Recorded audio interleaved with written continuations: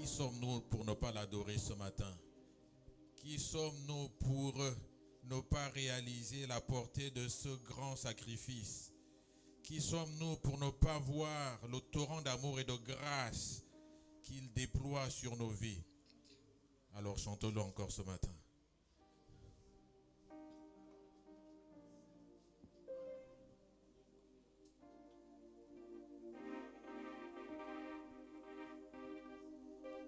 Torrent d'amour et de grâce, amour du Sauveur en croisse, à ce grand fleuve qui passe, je m'abandonne et je crois. Torrent d'amour, torrent d'amour et de grâce, ce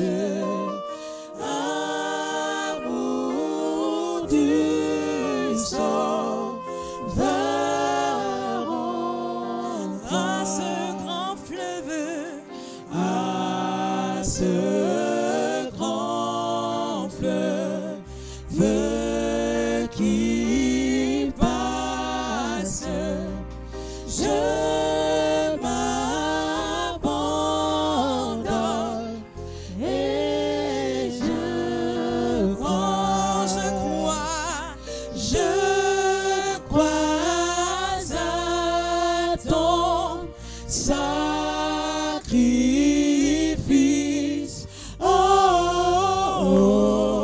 Jésus, agneau de Dieu,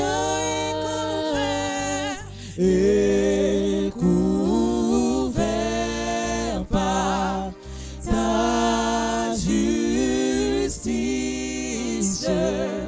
J'entrerai dans le sacrifice.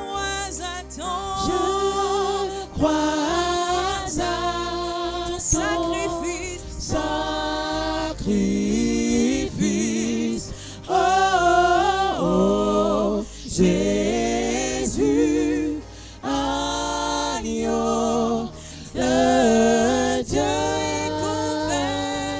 est couvert par ta justice. J'entrerai dans le saint lieu. Que partout se répand ce fleuve à la grande que tout l'univers entend.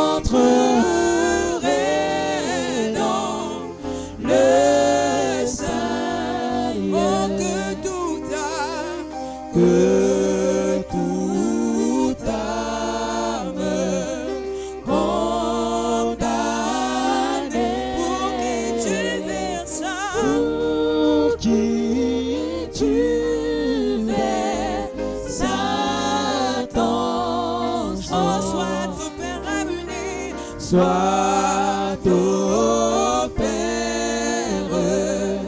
Ramené par ton amour, par ton amour tout puissant. Oh oui, je crois à ton sacrifice. Oh, oh, Jésus, agneau de Dieu, couvert par ta justice. J'entrerai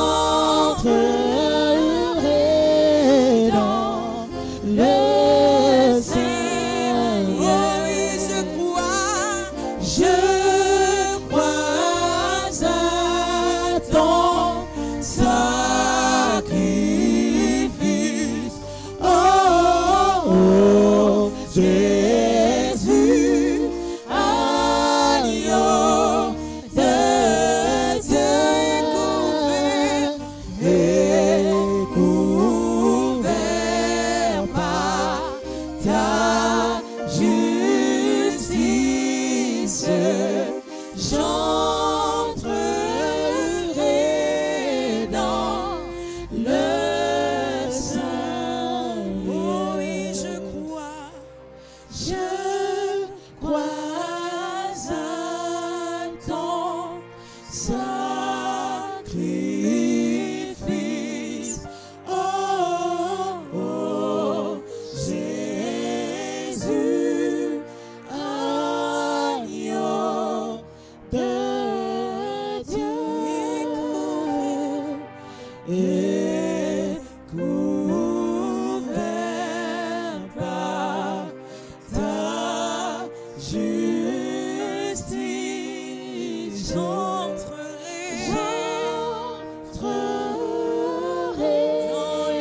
dans le saint lieu. Je crois à ton sacrifice. Oh, oh, Jésus, agneau de Dieu,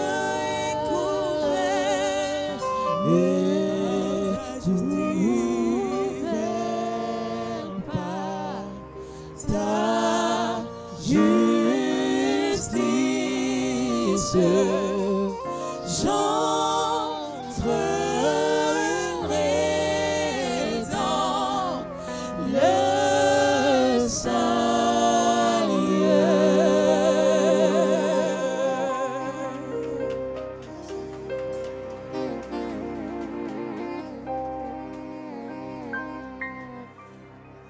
Si tu confesses de ta bouche le Seigneur Jésus-Christ, si tu crois dans ton cœur que Dieu l'a ressuscité des morts, tu seras sauvé.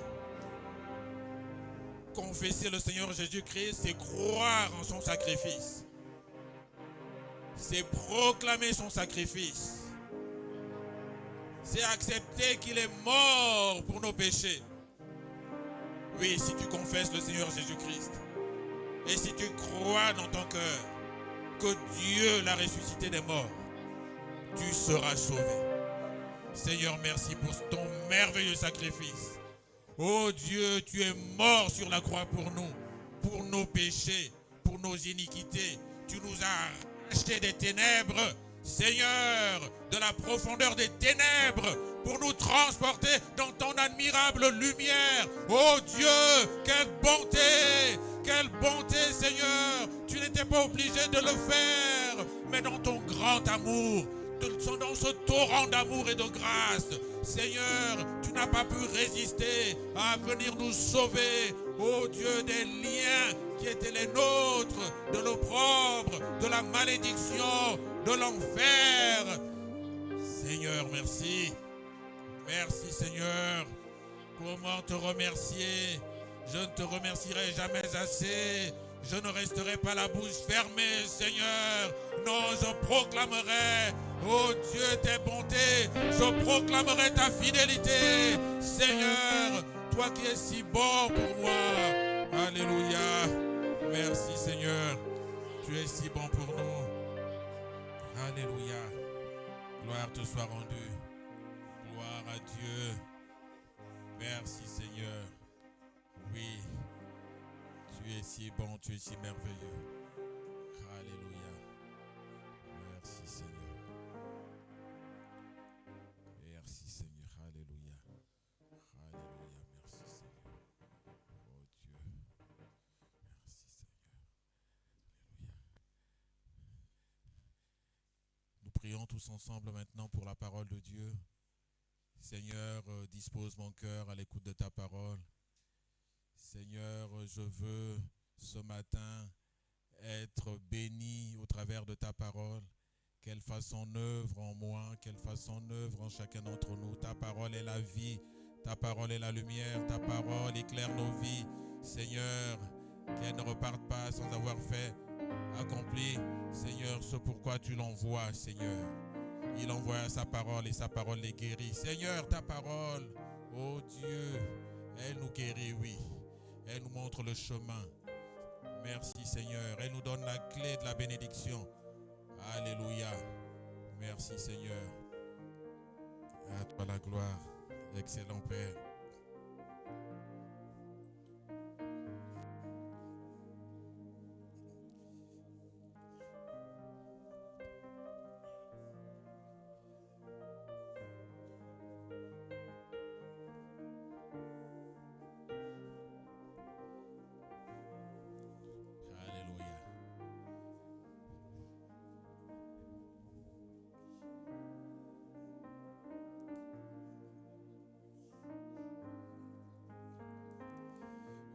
Source de la vie.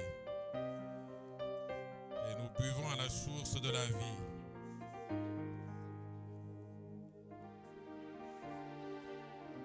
Merci Seigneur.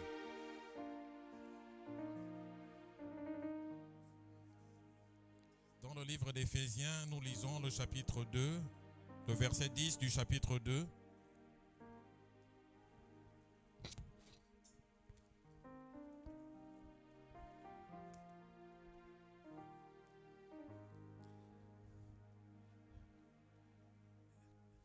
L'apôtre Paul dit ceci, parlant premièrement aux Éphésiens, mais parlant à tous les croyants, à tous les chrétiens de tous les âges. Donc cette parole était adressée ce matin. Cette parole, elle nous est adressée ce matin. Paul dit ceci, car nous sommes ouvrage. Car nous sommes son ouvrage, ayant été créés en Jésus-Christ pour de bonnes œuvres que Dieu a préparées d'avance afin que nous les pratiquions. Il y a des versets dans la Bible qu'il faut connaître, qu'il faut mémoriser. Et celui-là est l'un des versets, justement, que chacun de nous doit connaître et doit mémoriser. Car nous sommes son ouvrage, ayant été créés en Jésus-Christ pour de bonnes œuvres que Dieu a préparées d'avance afin que nous les pratiquions. J'ai une autre version qui dit nous sommes l'œuvre de Dieu, créée en Jésus-Christ, pour accomplir de bonnes œuvres que Dieu a préparées d'avance afin que nous les pratiquions. Quand on a lu ceci, on comprend tout de suite qu'il y a un mystère. Il y a un mystère dans la conversion. Lorsque nous nous convertissons, ce que nous étions avant notre conversion est remplacé par une nouvelle création. Nous sommes créés en Jésus-Christ, nous dit l'apôtre Paul. Que veut dire en cela Paul? L'apôtre veut dire que l'ancienne créature que nous étions, création que nous étions, est désormais morte. Nous mourrons à quoi? Nous mourrons au péché, puisque nous étions avant des enfants du péché. Nous marchions dans le péché. Nous nous délections dans le péché. Nous étions vautrés dans le péché. Mais désormais, en Jésus-Christ, nous mourons au péché. C'est-à-dire que nous abandonnons notre vaine manière de vivre et entrons dans une nouvelle vie en Christ. C'est pourquoi ce même apôtre Paul va dire ceci dans sa deuxième lettre aux Corinthiens, au chapitre 5, verset 17. Paul dit, si quelqu'un est en Christ, il est une nouvelle créature. Les choses anciennes sont passées. Et voici, toutes choses sont devenues nouvelles. Quel mystère! Ce changement, cette transformation qui s'opère par la vertu du Saint-Esprit. Nous devenons celui qui est véritablement en Christ, celui qui a saisi Jésus-Christ, celui qui a fait de Jésus-Christ, comme on vient de dire tout à l'heure, celui qui confesse le Seigneur Jésus-Christ et qui croit dans son cœur que Dieu l'a ressuscité des morts. Et ainsi il est sauvé et il naît de nouveau. Il devient une nouvelle création. Et l'apôtre Paul nous dit, dans ce verset d'Éphésiens chapitre 2, verset 10, pourquoi Dieu veut faire de nous des nouvelles créations? Pourquoi? Nous avons donc été créés en Jésus-Christ, nous dit ce verset, pour accomplir des œuvres qui sont qualifiées de bonnes, pour accomplir de bonnes œuvres, c'est-à-dire des actions qui honorent Dieu, des actions qui honorent le royaume de Dieu. Nous sommes des enfants du royaume et nos valeurs sont des valeurs du royaume. Nous devons mener des actions qui honorent le royaume de Dieu. Et la première de ces actions, c'est adorer Dieu, comme nous venons de le faire ce matin, l'adorer de tout notre cœur. Et l'autre action qui n'est pas des moindres, c'est de témoigner de Jésus, puisque c'est la dernière recommandation qu'il nous a donnée, celle de témoigner de lui. Et ce n'est pas tout. Il y a d'autres actions, des bonnes œuvres que Dieu a préparées d'avance, que chacun d'entre nous doit accomplir. Ces bonnes œuvres sont des œuvres d'amour. Il est le torrent d'amour. Dieu est rempli d'amour. Et les nouvelles créations qu'il crée, excusez-moi de la répétition, les nouvelles créations qu'il crée doivent également être remplies d'amour. Donc Dieu attend de toi, Dieu attend de moi, Dieu attend de nous que nous accomplissions des œuvres d'amour. Amen. Quelles sont ces œuvres d'amour? C'est tout simplement manifester de l'amour à notre prochain. Aimez-vous les uns les autres, aimons-nous. Manifester de l'amour. Manifester notre soutien, de l'attention, en particulier à ceux qui sont en souffrance. Dieu est sensible à la souffrance des êtres humains. La Bible dit que quand un malheureux crie, l'Éternel l'entend. Dans son amour, il entend le cri du malheureux. Et Dieu veut également que nous entendions, nous les nouvelles créations en Jésus-Christ, que nous sachions entendre les cris des malheureux, que nous sachions voir la souffrance des malheureux. Quand vous êtes né de nouveau, Christ transforme votre vie, vous faisant passer d'une personne vivant pour le péché, vivant pour l'égoïsme, à une nouvelle création utile pour Dieu, accomplissant les bonnes œuvres du Seigneur. Amen. Nous ne sommes donc pas appelés à vivre comme nous l'entendons, c'est-à-dire à faire comme nous voulons.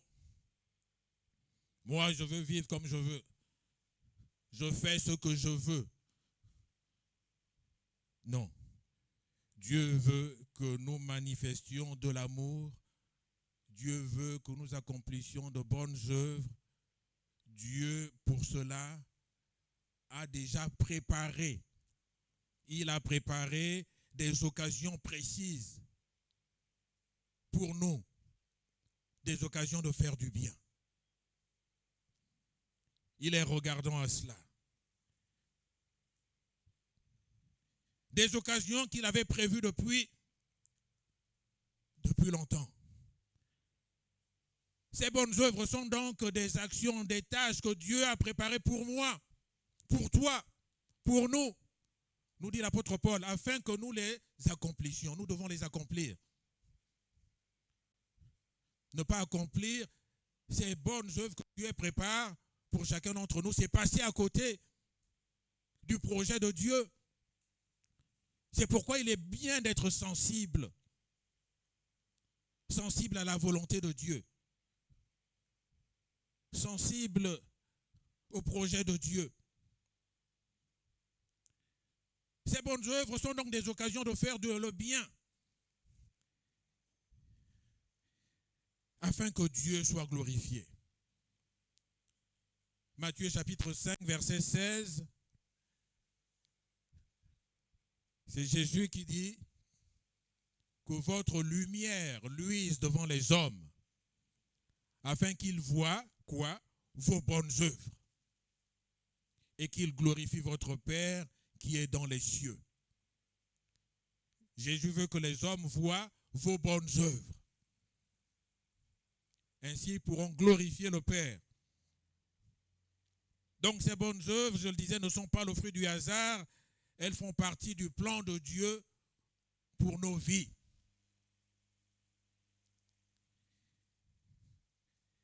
Le livre des Actes des Apôtres, au chapitre 9, versets 36 à 43, nous parle d'une femme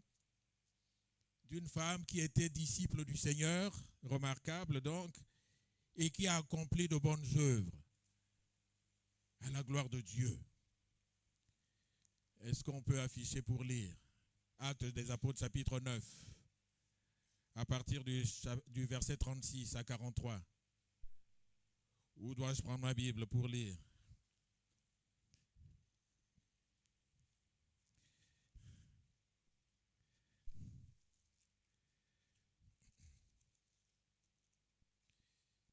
Il y avait à Joppé parmi les disciples une femme nommée Tabitha, ce qui signifie Dorcas.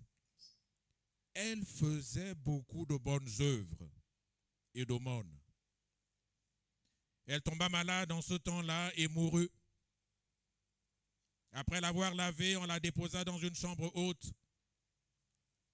Comme Lyde est près de Joppé, les disciples ayant appris que Pierre s'y trouvait envoyèrent 2 hommes vers lui pour le prier de venir chez eux sans tarder.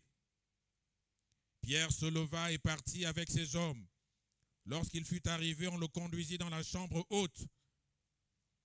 Toutes les veuves l'entourèrent en pleurant et lui montrèrent les tuniques et les vêtements que faisait Dorcas pendant qu'elle était avec elle. Pierre fit sortir tout le monde, se mit à genoux et pria. Puis se tournant vers le corps, il dit, « Tabitha, lève-toi. » Elle ouvrit les yeux et ayant vu Pierre, elle s'assit. Il lui donna la main et la fit lever.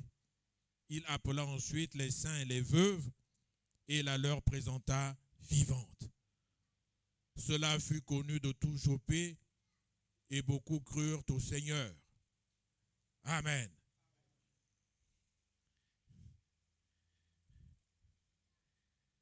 Dorcas,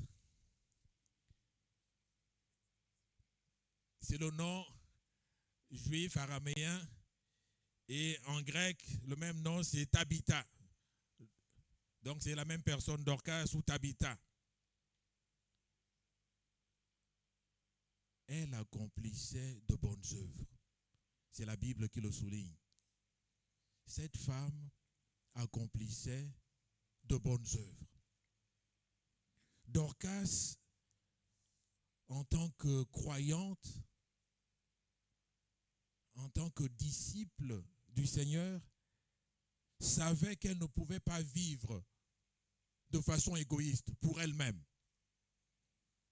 Dorcas, en tant que disciple du Seigneur, savait qu'elle ne devait pas uniquement penser à sa propre vie, à ses propres intérêts, à d'abord ceux de sa famille, ceux de ses enfants.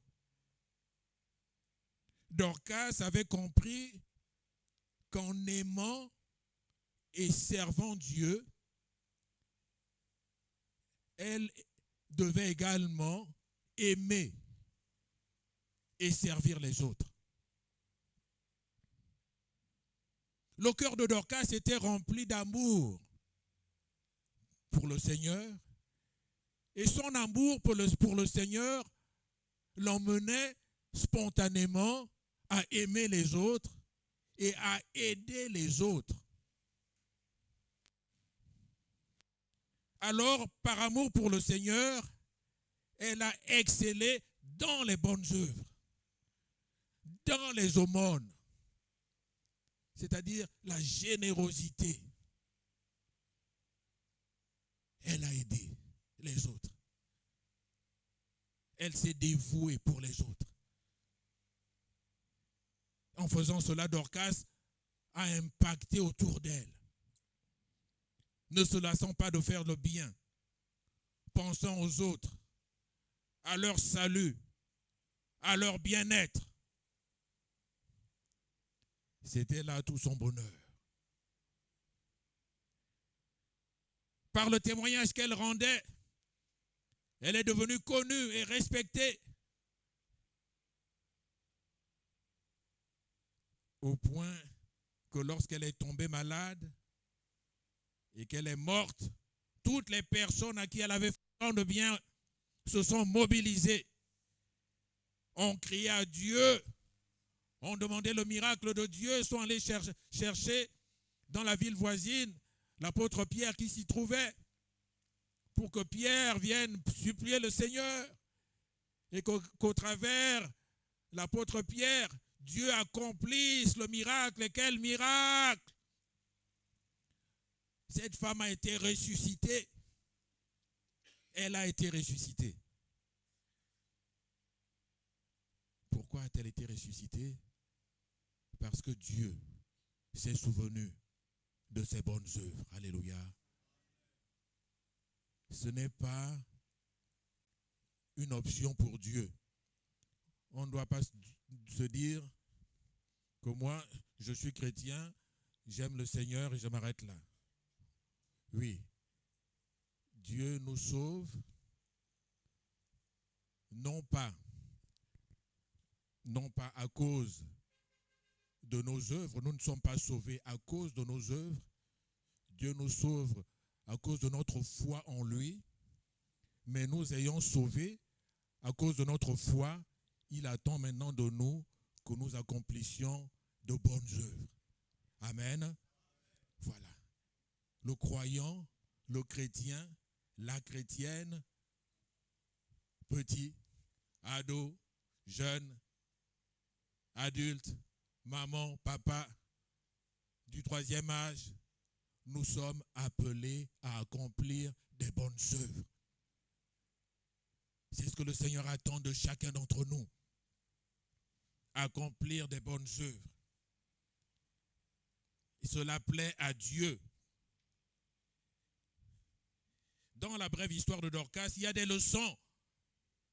Des leçons qui peuvent nous aider, qui peuvent t'aider à avoir une vie de disciple qui plaît à Dieu. Dorcas aimait le Seigneur. Elle aimait et servait Dieu. En aimant et en servant Dieu, elle avait compris qu'elle devait également aimer et servir les autres. Dorcas se souciait de ceux dont personne ne se soucie. Les veuves, sans doute les orphelins, ceux que personne ne regarde. L'amour de Dieu était rempli dans son cœur. Est-ce que je me soucie de ceux qui sont dans la souffrance, de ceux qui passent par des difficultés? Est-ce que je m'arrête pour les voir? Est-ce que je prends du temps pour prier pour eux? Est-ce que je pense à apporter un soutien? Est-ce que cela traverse ma pensée? Ma pensée d'enfant de Dieu. Ma pensée d'enfant de Dieu.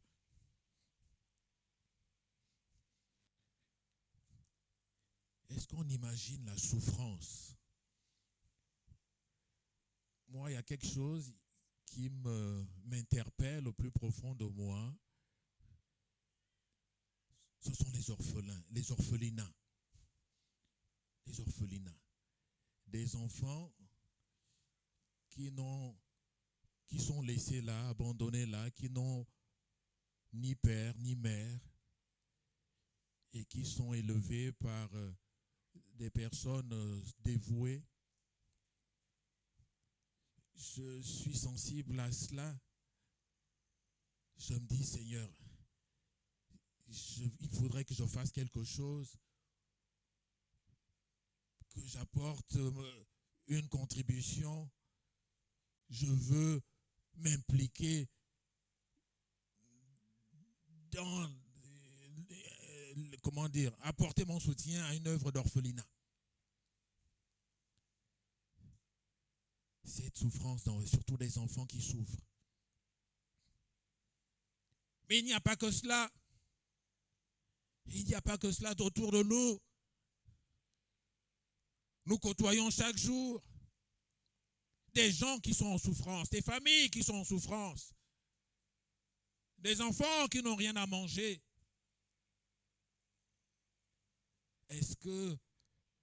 Quelle est notre réaction? Dorcas a montré de l'amour autour d'elle. Elle s'est dévouée, elle a aidé. Elle a montré de l'amour, notamment à travers son don de couture. Elle cousait des vêtements. Elle offrait des vêtements aux personnes qui n'avaient pas les moyens de s'offrir des vêtements. C'était son talent. N'as-tu pas un talent? N'avons-nous pas des talents? N'avons-nous pas quelque chose que Dieu peut utiliser pour bénir les autres? Dorcas a mis ses talents au service du Seigneur. Dieu attend de nous que nous mettions également nos talents, c'est-à-dire nos bonnes dispositions. Seigneur, qu'est-ce que je peux faire? Ah, il y a le voisin là-bas je vois que ma voisine là-bas ne s'en sort pas, elle a tellement d'enfants, et puis la pauvre, même une fois dans le mois, je vais acheter 15 pains et le lui déposer. Dieu veut voir notre sensibilité. Parce que lui, il est sensible. Et les nouvelles créations en Jésus-Christ que nous sommes devrions également manifester cette sensibilité. Et croyez-moi, le Seigneur est reconnaissant. Le Seigneur est reconnaissant vis-à-vis de celles et de ceux qui sont remplis de compassion, d'amour pour les autres. Et notamment pour ceux qui souffrent, pour ceux qui sont les plus faibles.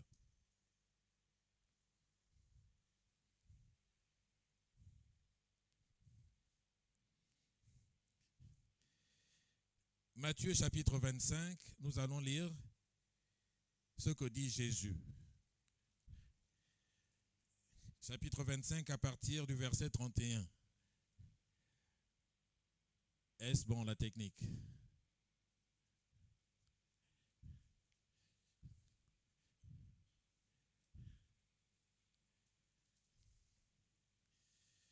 Elle n'est pas très réactive ce matin.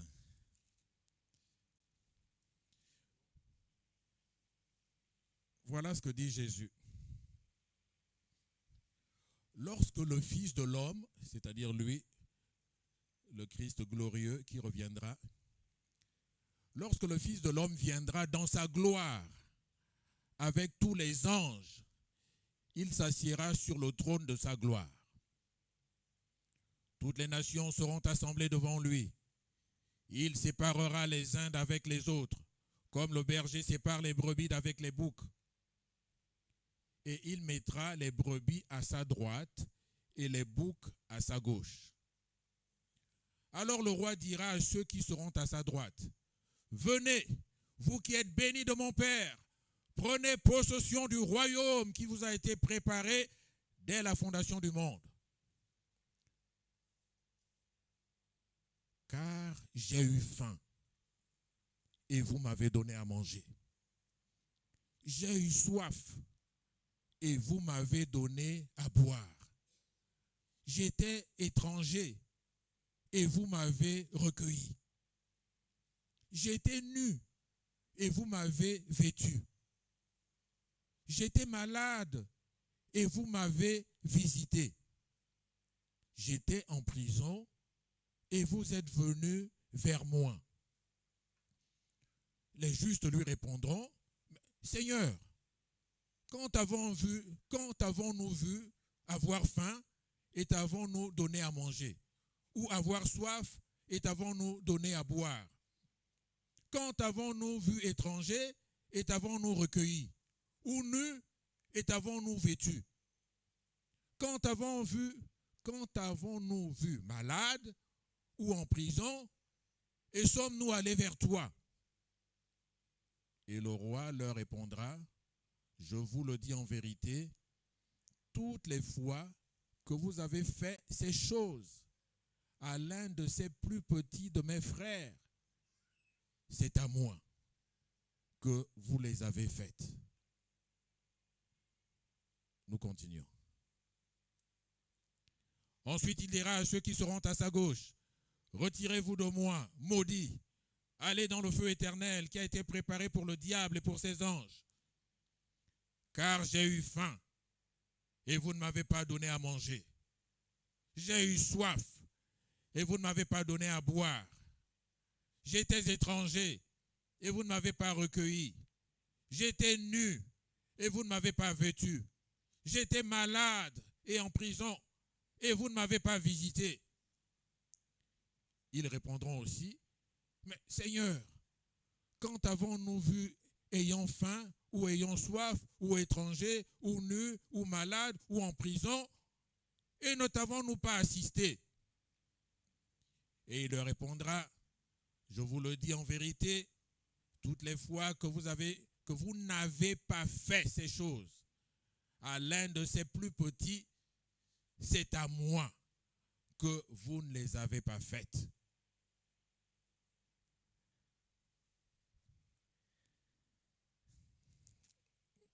Donc voilà donc ce que nous dit le Seigneur. Quelle parole! Toutes les fois que vous avez fait ces choses à l'un de ces plus petits de mes frères, c'est à moi, dit le Seigneur, que vous les avez faites. Et toutes les fois que vous n'avez pas fait ces choses à l'un de ces plus petits, c'est à moi que vous ne les avez pas faites.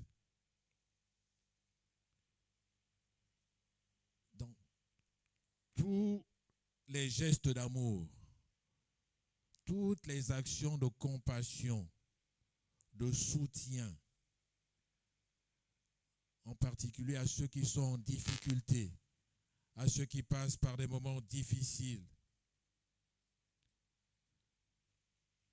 À chaque fois que vous accomplissez de telles actions, le Seigneur dit qu'en réalité, c'est à lui Jésus, que vous faites du bien.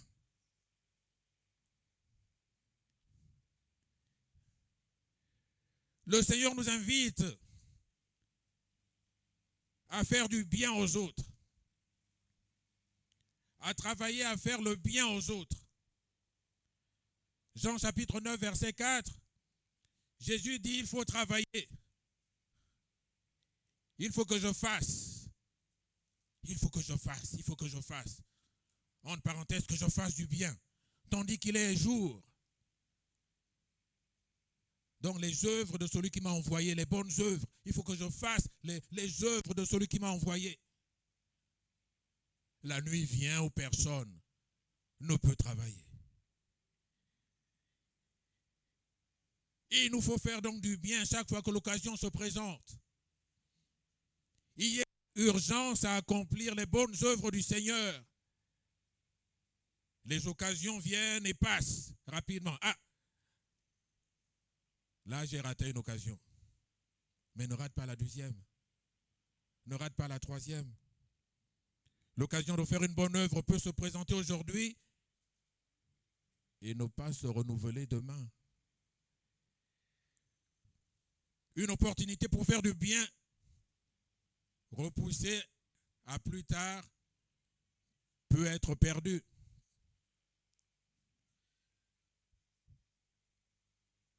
Travaillons pour le Seigneur. Travaillons à faire du bien.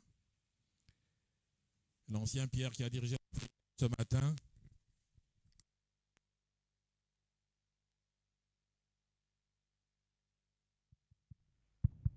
merci.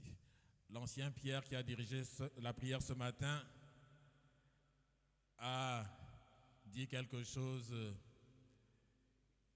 de juste. Il a dit que nous devions ce matin féliciter les femmes. Et je voudrais vraiment féliciter les femmes. Les femmes pour l'action de bonne œuvre qu'elles ont accomplie hier. Est-ce qu'on peut avoir une image de la bonne action accomplie par le département des femmes qui se sont rendues à la maternité du centre hospitalier de Libreville pour faire du bien à des personnes qui étaient en souffrance, en difficulté. À la fin du culte, je donnerai quelques minutes à 2 femmes pour qu'elles témoignent. Mais le retour que j'ai eu déjà est vraiment à la gloire de Dieu. Que Dieu soit béni. Elles sont allées témoigner de Jésus, mais elles ne sont pas allées les mains vides. Elles sont allées, comme vous le voyez, avec des bidons d'eau, avec d'autres accessoires utiles pour des personnes qui sont dans ces lieux de souffrance, de difficulté. Elles ont fait ce que le Seigneur attend. Attend de vous, attend de moi, attend de nous. C'est ce que nous devons faire. C'est ce que nous devons faire. Donc de telles actions, je dirais qu'elles puissent Je dirais, si on peut le faire une fois dans le trimestre, gloire à Dieu. Gloire à Dieu. Jésus dit que c'est à lui personnellement qu'on fait du bien quand on prend le soin d'aller visiter les malades, de leur apporter un petit quelque chose. Donc, que Dieu bénisse les femmes, le département des femmes pour cette bonne action. Elles ont été bien inspirées et qu'en retour, que le Seigneur se souvienne de chacune de vous. Et pour celles qui ont raté cette occasion, il y aura sans doute d'autres occasions. Ne les ratez pas. Alléluia.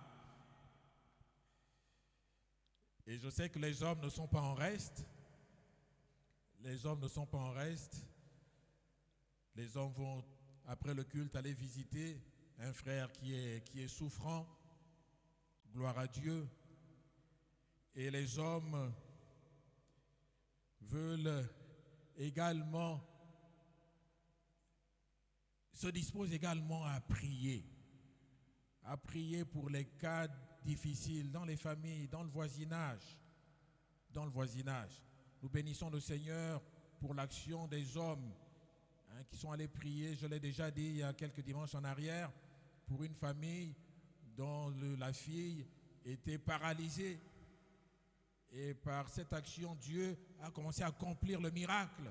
Est-ce qu'on peut avoir cette image de cette personne qui, au travers la visite des hommes, la prière, selon que la Bible nous dit que nous avons quelque chose. L'apôtre Pierre a dit, je n'ai ni argent ni or, mais ce que j'ai, nous avons quelque chose.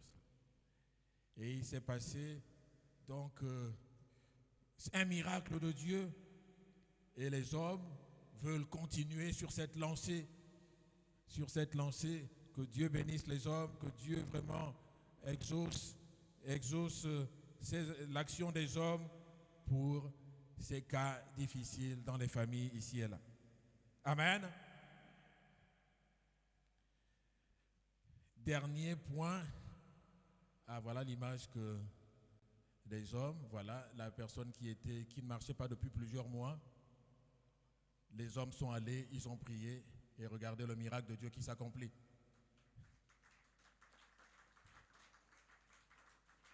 Cette jeune personne, elle ne marchait pas. Depuis combien de mois? Depuis 1 an, elle ne marchait pas. Elle faisait tout sur place. L'ancien Jean-Bernard, l'ancien Pierre, le frère Lionel sont allés, et d'autres, peut-être que je n'ai pas cité, le DP. Voilà, les hommes sont allés, ils ont prié au nom de Jésus-Christ. Et le miracle s'accomplit. Le Seigneur, voilà ce qu'il attend de nous. Non pas que nous restions dans nos 4 murs, mais que nous allions apporter du réconfort. Apporter ce qu'il a mis en nous, Jésus, et son pouvoir de salut. Jésus. Et pour terminer, je voudrais encore dire un mot sur Madagascar. Vous savez qu'il y a une famille pastorale du Gabon qui est en mission à Madagascar, missionnaire à Madagascar. Et suite à notre petite réunion de samedi, il y a 2 semaines, nous nous sommes portés volontaires pour de temps en temps faire une action à l'endroit du missionnaire qui est à Madagascar pour soutenir ces actions là-bas. Et j'ai appelé le missionnaire, je lui en ai parlé. Ah là là, quelle joie il a manifesté. Il a dit, il vous a béni. Il a dit, que Ebenezer soit béni, que Ebenezer soit béni. Vous ne savez pas le réconfort, la joie que vous me procurez. Et il a commencé à m'envoyer des images. Et est-ce qu'on peut avoir certaines de ces images? C'est un pays il y a beaucoup, très peuplé, beaucoup de pauvreté. Et il y a beaucoup à faire avec l'évangile. Regardez, là il est à 700 km de la capitale. Il allait apporter il allait prêcher. Il allait prêcher le Christ. Regardez comment l'église est pleine. D'autres images, frère Lionel, si possible. Donc voilà, nous voulons faire de petites choses pour soutenir l'action du missionnaire. Il m'a dit, les besoins sont grands, les besoins sont grands. Lorsqu'il fait de l'évangélisation, s'il peut apporter des petits kits alimentaires, un peu de riz, une petite boîte de sardines, j'ai dit, oui, Ebenezer, on va essayer de faire de temps en temps quelque chose. Nous voulons entrer dans cette bénédiction, alléluia. Qui veut entrer dans cette bénédiction? Gloire soit rendue à Dieu. Ce n'est pas des millions, non, mais c'est des petits montants, mais qui peuvent aider, qui peuvent soutenir, qui peuvent encourager une vie.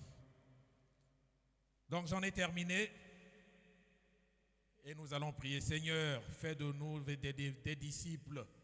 Des disciples remplis d'amour, remplis de compassion, des disciples qui ont ton cœur, qui ont le cœur de Dieu, qui manifestent de l'amour à ceux qui sont en souffrance. Seigneur, donne-nous d'être sensibles à la souffrance des autres. Oh Dieu, donne-nous un cœur aimant. Non pas le cœur de Jonas, comme nous l'a fait prier mardi l'ancien Jean Bernard, non pas le cœur de Jonas, mais je dirais plutôt le cœur de Dorcas. Un cœur plein de compassion, un cœur plein d'amour, un cœur bien disposé, un cœur qui suscite l'admiration du Seigneur. Seigneur, oui, change nos cœurs. Change nos cœurs, Seigneur. Donne-nous d'être sensibles comme tu l'es. Sensibles aux cris des malheureux, sensibles à la souffrance autour de nous. Seigneur, nous n'avons peut-être pas beaucoup, mais avec le peu que nous avons, Seigneur, donne-nous d'avoir la main ouverte et de pouvoir faire des actions qui apportent du réconfort. Qui apportent du réconfort à ceux qui sont dans la détresse. Merci Seigneur. Oui, tu es rempli d'amour pour nous. Donne-nous également d'être remplis d'amour pour les autres. Remplis de compassion pour les autres. Alléluia. Merci Seigneur. Je vais demander à l'ancien Pavis de prier.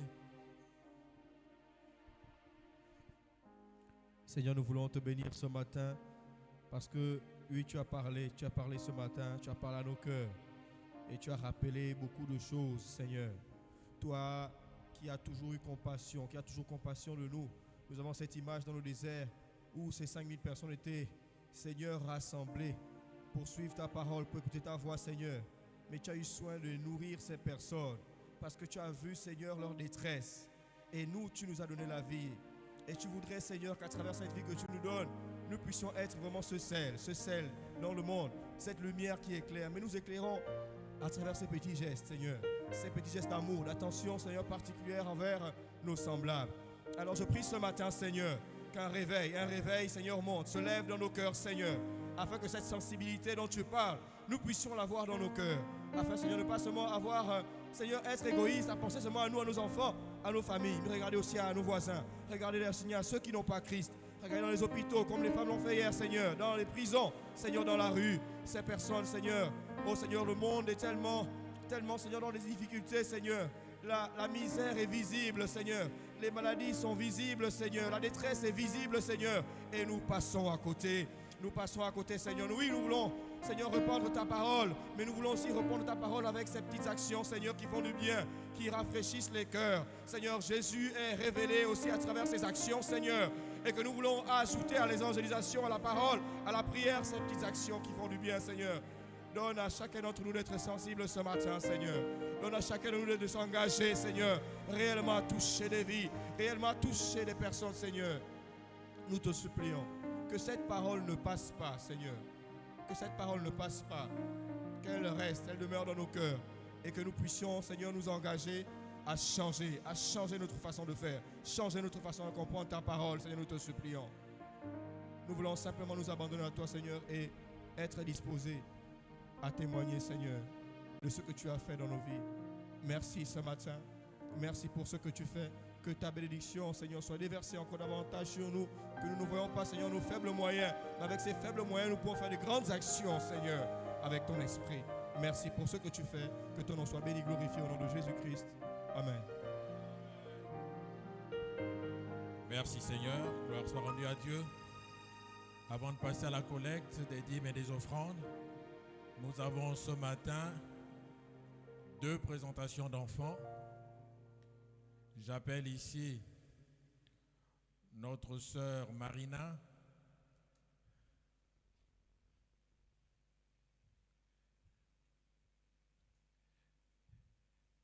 Est-ce qu'elle est là ce matin? J'ai cru la voir.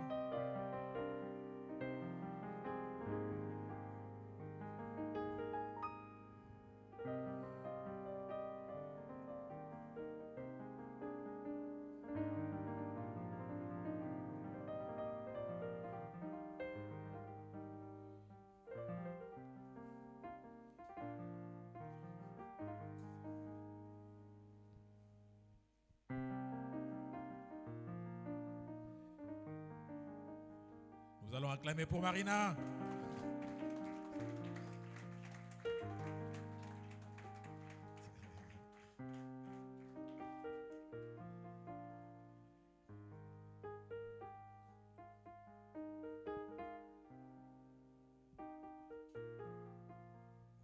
Avec la charmante Azaya, Madame Makadi nous présente ce matin son dernier né, Azaya. Gloire à Dieu. J'invite ici le couple Safou.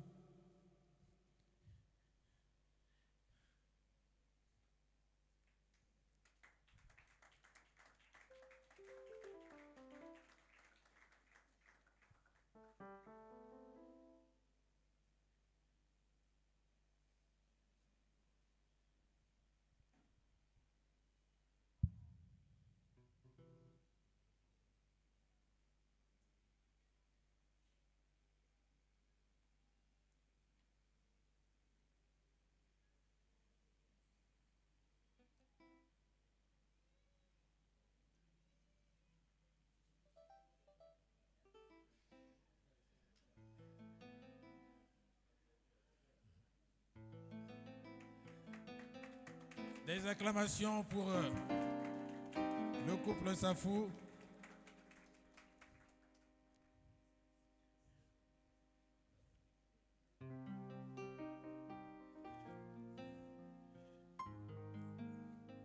Donc on a donc... elle ne voulait pas rester, elle a bien raison. Elle fait partie de la famille. Voilà.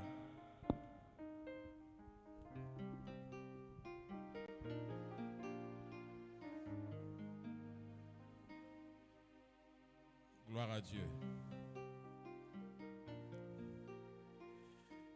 Nous devons réaliser que c'est une bénédiction pour l'Église. C'est une bénédiction pour l'Église à chaque fois que nous avons des mariages d'abord, des mariages. Nos bien-aimés sont mariés et quand également Dieu bénit ces mariages avec l'arrivée des enfants.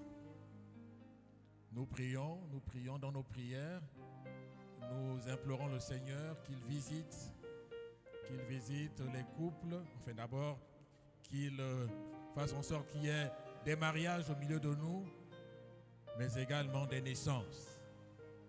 Gloire soit rendue à Dieu. Et comme cela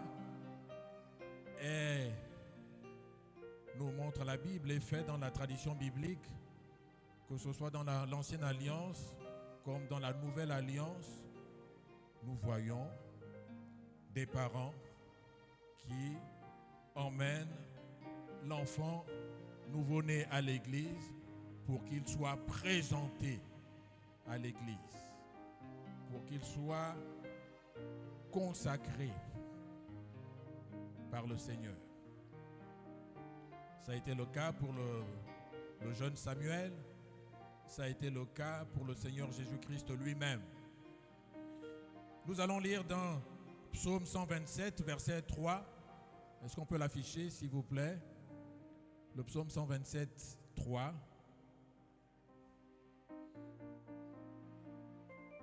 Voici des fils sont un héritage de l'Éternel. Le fruit des entrailles est une récompense. Un héritage de l'Éternel.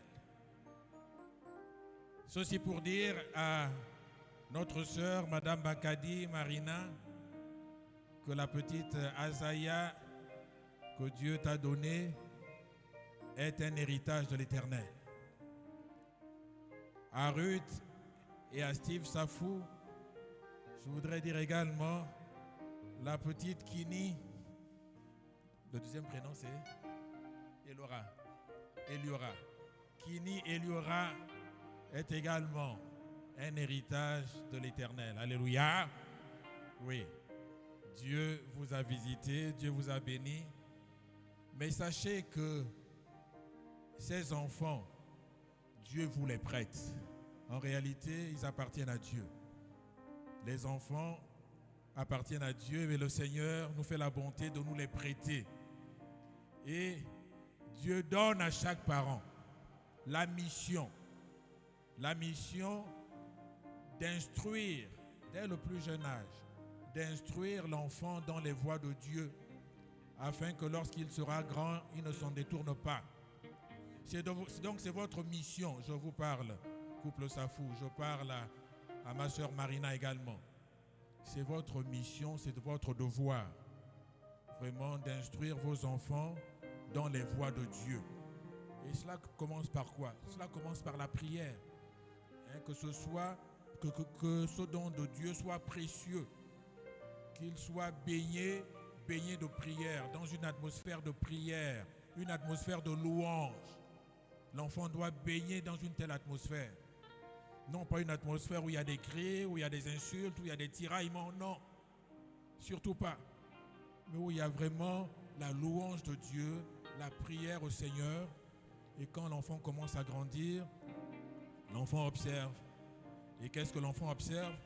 Si l'enfant voit régulièrement ses parents à genoux en train de prier, il comprendra très tôt l'importance de la prière.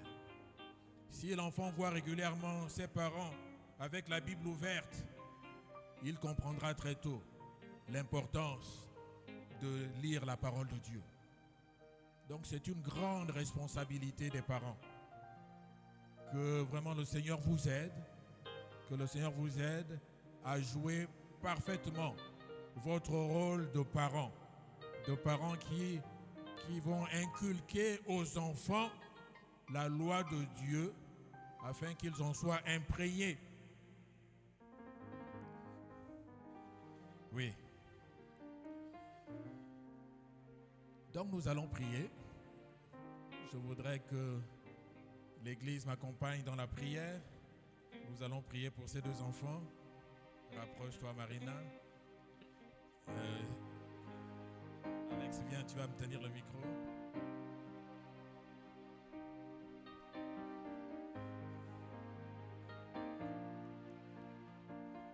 Nous prions tous ensemble. Seigneur, quelle grâce. Quelle grâce, Seigneur. Oh Dieu, que ces enfants que tu accordes, Seigneur, à ta servante Marina, à ta servante Ruth, à ton serviteur Steve. Oh Dieu, tu nous rappelles ce matin que les enfants sont un héritage de l'Éternel. Les enfants sont une bénédiction de l'Éternel. L'Éternel a bien voulu vous les prêter. Et l'Éternel vous confie une mission de prendre soin de ces enfants. Dès leur plus jeune âge, dès maintenant, les imprégner d'une atmosphère spirituelle, une atmosphère baignée de prière, baignée de louange. Seigneur, oh Dieu, que ces enfants soient comme la prunelle de tes yeux. Oh Dieu, que tu en prennes soin. Seigneur, que tu les gardes, tu les protèges de toute maladie. Seigneur, que tu les protèges de toute attaque de l'ennemi, mais qu'ils grandissent dans la paix, dans la sécurité, en Jésus-Christ. Oh Dieu, que tu accordes aux parents qu'ils sont, Seigneur, toute la sagesse, toute la volonté, la résolution, Seigneur, d'élever ces enfants, d'élever Azaïa, d'élever Kini, Seigneur, dans tes voies, dans les voies de Dieu, dans les voies de l'Éternel, Seigneur, dès leur plus jeune âge, afin que lorsqu'elles seront grandes, elles ne s'en détournent point. Merci Seigneur. Oh, que ta bénédiction repose sur ces enfants. Que la grâce du Seigneur Jésus-Christ repose sur ces enfants. Que l'amour de Dieu, notre Père, repose sur ces enfants. Que la communication du Saint-Esprit repose sur ces enfants. Aujourd'hui et à jamais. Au nom de Jésus-Christ. Amen.